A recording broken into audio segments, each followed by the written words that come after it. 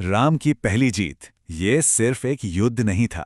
नहीं, ये तो धर्म की वो पहली परीक्षा थी जिसने उनके पूरे जीवन की दिशा ही तय कर दी। तो चलिए आज ताड़का के वध की कहानी और उसके पीछे छिपे गहरे अर्थ को समझते हैं।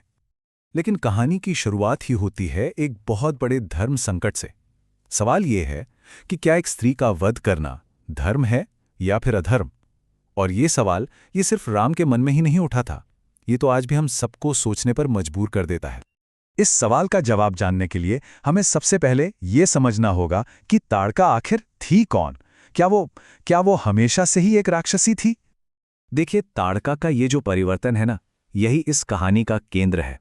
शाप मिलने से पहले वो यक्षराज सुकेतु की एक बहुत ही सुंदर और शक्तिशाली बेटी थी, मारीच की मां थी। लेकिन शाप के बाद वो एक मानव भक्षी मायावी राक्षसी बन गई।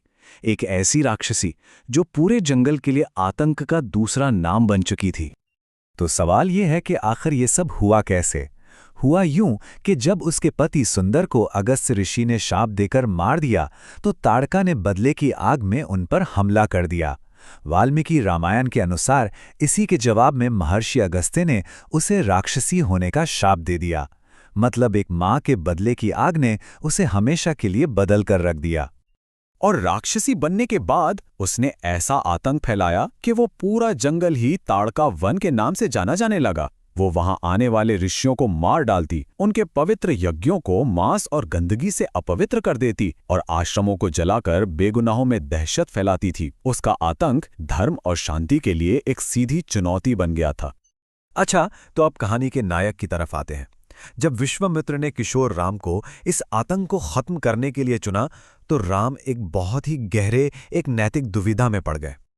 उनका संशय बहुत सीधा था और बिल्कुल स्पष्ट। वो कहते हैं, धर्म के अनुसार स्त्री का वध उचित नहीं है। राम उस समय एक स्थापित नैतिक नियम का पालन कर रहे थे। वो एक रक्षक थे, कोई हत्यारे नहीं, और एक स्त्री पर हथियार उठाना ये उनके संस्कारों के बिल्कुल खिलाफ था। और बस यहीं पर गुरु विश्वामित्र एक बहुत गहरा ज्ञान देते हैं। वो समझाते हैं कि जब कोई इंसान, चाहे वो स्त्री हो या पुरुष, हिंसा और अत्याचार का प्रतीक बन जाए, तो उसका लिंग कोई मायने नहीं रखता। वो अधर्म का प्रतिनिधि है और ऐसे अधर्म का नाश करना ही सबसे बड़ा धर्म है। विश्वामित्र के शब्द बहुत कठोर थे। उन्होंने कहा कि वह जीवित रहने योग्य नहीं है। यहीं से हमें परिस्थितिगत धर्म का सिद्धांत मिलता है। इसका मतलब सीधा सा है, धर्म कोई कठोर नियमों की लिस्ट नहीं है, बल्कि ये हर हालात के हिसाब से तय होता है।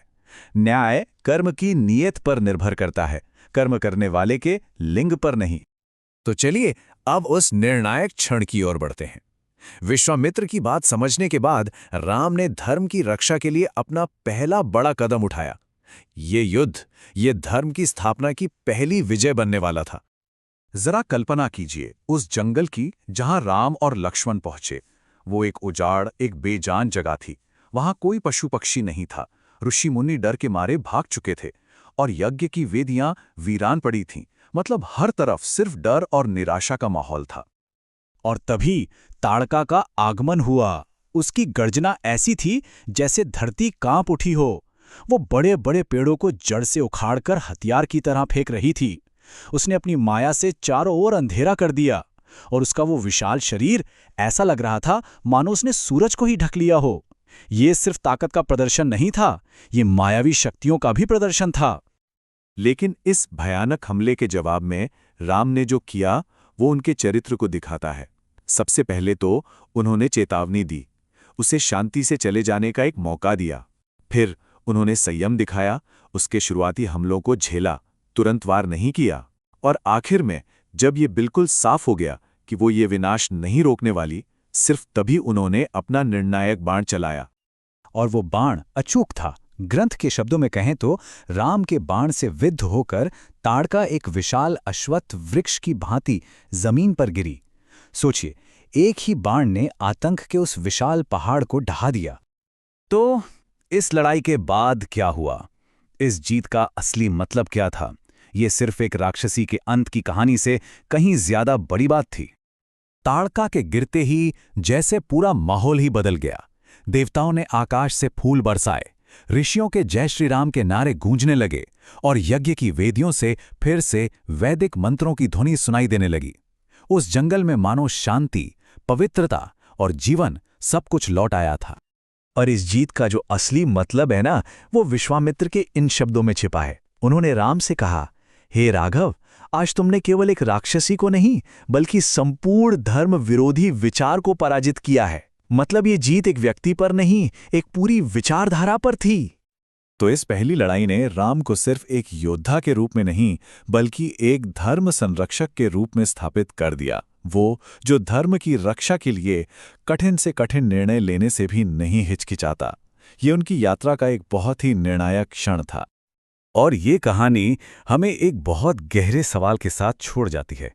क्या धर्म परिस्थितियों के साथ बदलता है? क्या न्याय के लिए कभी-कभी स्थापित नियमों को तोड़ना जरूरी हो जाता है? ये कुछ ऐसे सवाल हैं जिन पर विचार जरूर करना चाहिए।